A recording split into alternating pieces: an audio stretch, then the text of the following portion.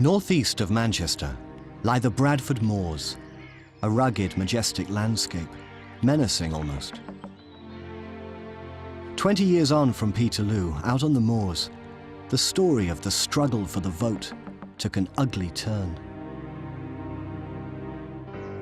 The year was 1839. It was winter, we don't know the exact date, but we're told that thousands of men assembled up here on the moors, exhausted after a hard day's work in the mills, the grime of the factory still on their faces, and they carried homemade pikes, long wooden staves with iron spikes on the end, and all through the night, by torchlight, they prepared for the uprising that they sensed would begin any day. What follows is the story of the Chartist risings, an outpouring of anger that swept industrial Britain in the late 1830s, and the closest this country ever came to a full-blown revolution.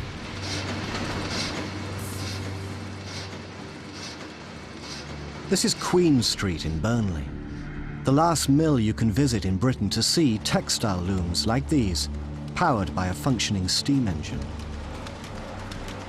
What's this place got to do with nighttime gatherings on the Bradford Moors?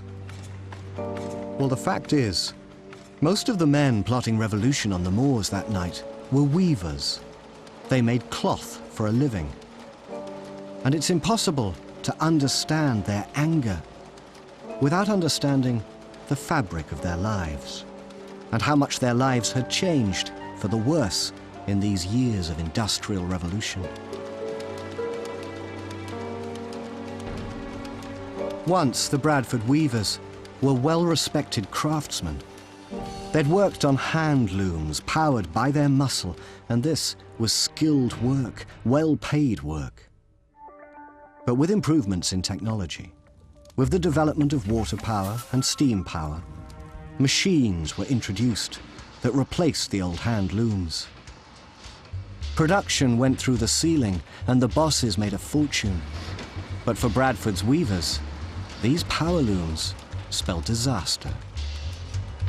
The days of the skilled artisan were over. Now the machines did all the work, the workers merely serviced them, and they felt they'd become slaves to the machine. Even more damaging, these new power looms could do the job of 4 workers, and that meant either wage cuts or massive unemployment. Thousands were thrown out of work, and the prosperity of Bradford's working class ground to a halt.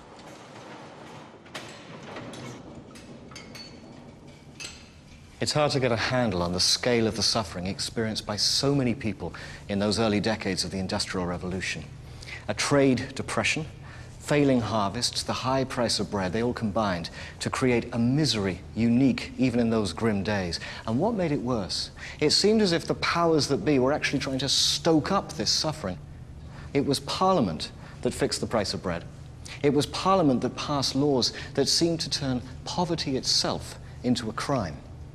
If you were actually starving, you could be sent to the workhouse. Parents were separated from children, husbands from wives. All were forced to work for starvation rations. Hardly surprising then that the suffering masses turned not just to their employers and their landlords, but to Parliament as the cause of their distress and their hope for comfort.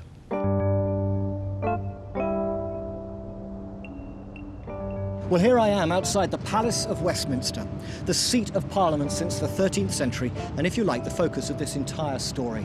And as I've explained, Parliament in the early industrial period was unrepresentative of any but a small fraction of the population, basically just the landowning elite. But in the 1830s, 2 dramatic events shook Westminster. The first was a massive fire that destroyed almost the entire building. Not important to our story, but a symbol that change could occur even here. And the second was a piece of legislation, a law pushed through Parliament. And it's vital to understand this act if we're to understand the anger that rippled across Britain in the late 1830s. And this crucial piece of legislation was the Great Reform Act of 1832. Now, you read old-fashioned history books of 19th century Britain, and you'll find the Great Reform Act hailed as a triumph, a milestone on the onward march to democracy. And it's true, certainly, It made Parliament more representative. It gave MPs to the new industrial towns. It doubled the number of voters. And yet it caused such anger. Why? Well, to be honest, I don't think it was a great Reform Act at all. I think it was a nasty, small-minded, hypocritical little Reform Act.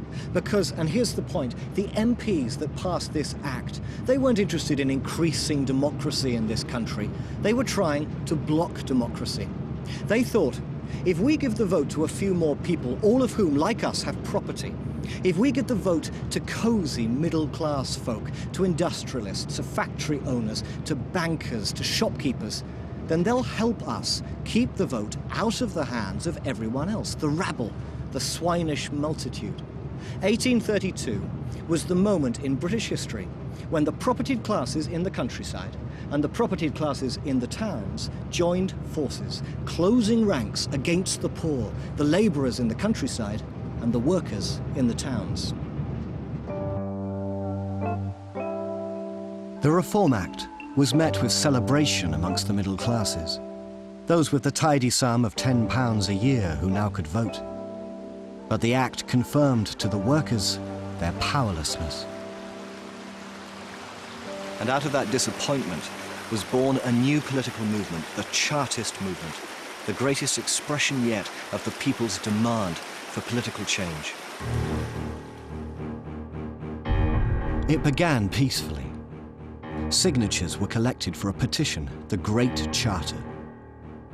It listed their demands: votes for all, secret ballots, regular parliaments, payment of MPs, all rights we take now for granted, the building blocks of our democracy.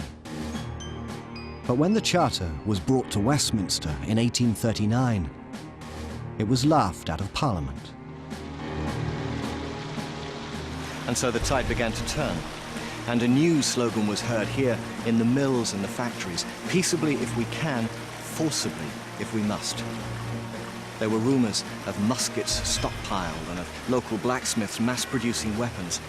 And from about October 1839, we read these first tantalising accounts from police records of workers at the end of the factory day foot-slogging it up onto the moors there to drill for the revolution that must now surely come. But it never did.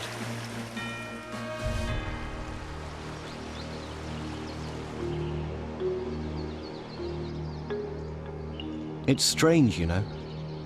In France, there were revolutions not just in 1789, but in 1830, in 1848, in 1870.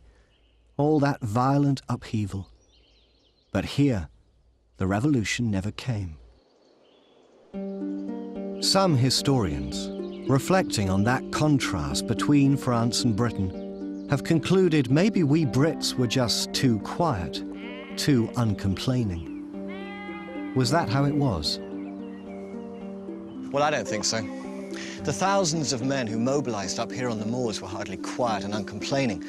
But when that bubbling anger spilled into actual confrontation in Newport, in Sheffield, in Bradford, these riots were crushed almost before they'd begun. The fact is that the Chartist movement was riddled with police informers, police spies. And when the riots began, the authorities were ready. The militias moved in, arrests were made. The Chartist leaders were broken with years of hard labour in prison.